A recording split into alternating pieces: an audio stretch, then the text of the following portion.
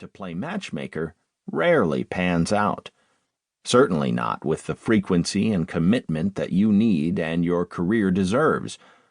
Although many companies recognize that mentoring leads to bench strength for them, not just opportunities for you, those that actually provide it tend to do so in old-school ways, through top-down, highly managed, overly scheduled, arranged marriages between organizational veterans and newbies.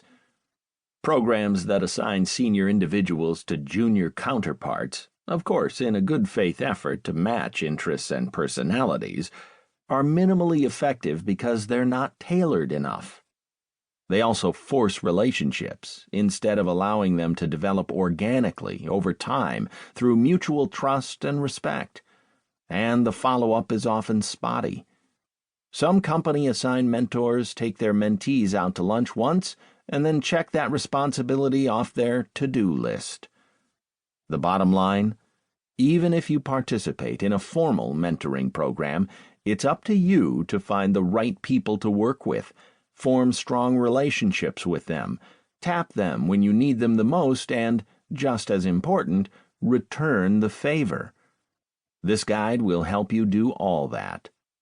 For starters, Sylvia Ann Hewlett and her co-authors explain in the opening chapter how you'll benefit from dedicated sponsors, mentors who go above and beyond to provide advocacy, resources, and tactical support so you'll prosper in the organization.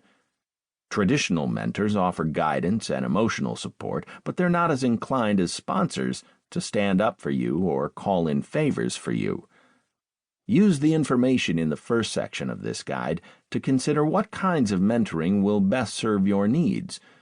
You'll also discover different, unexpected sources of mentoring that others have found valuable. Then, as you're listening to the second section, you'll step back and think more deeply about your current situation and where you want to go.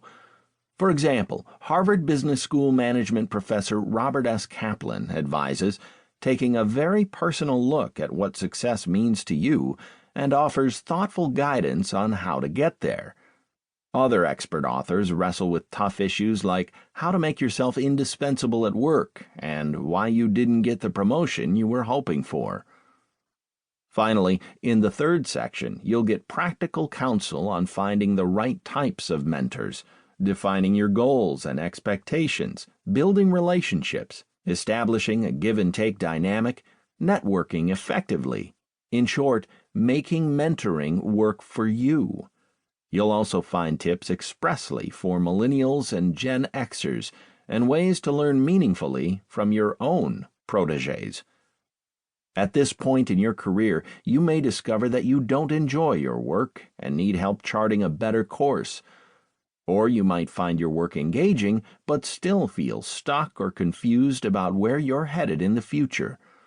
Or you may simply want to change the intensity of your work, to do less or do more.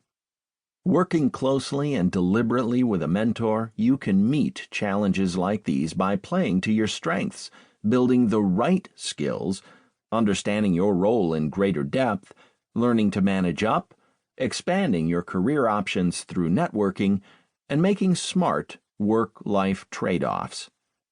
All this takes time and discipline, but it's well worth the investment. Tamara Erickson works with corporations to more effectively engage the changing workforce. She is the author of a trilogy of books on the generations: Retire Retirement, Plugged In, and What's Next, Gen X? She was named one of the 50 leading management thinkers in 2009 and 2011 by Thinkers 50. Section 1. What Good Mentoring Looks Like. Chapter 1. The Relationship You Need to Get Right. By Sylvia Ann Hewlett, Melinda Marshall, and Laura Sherbin. Catherine, a senior HR executive at a global financial services firm, takes pride in developing rising stars. After a vice president on one of her teams consistently impressed her, she recommended him for a more challenging role in another part of the company. Months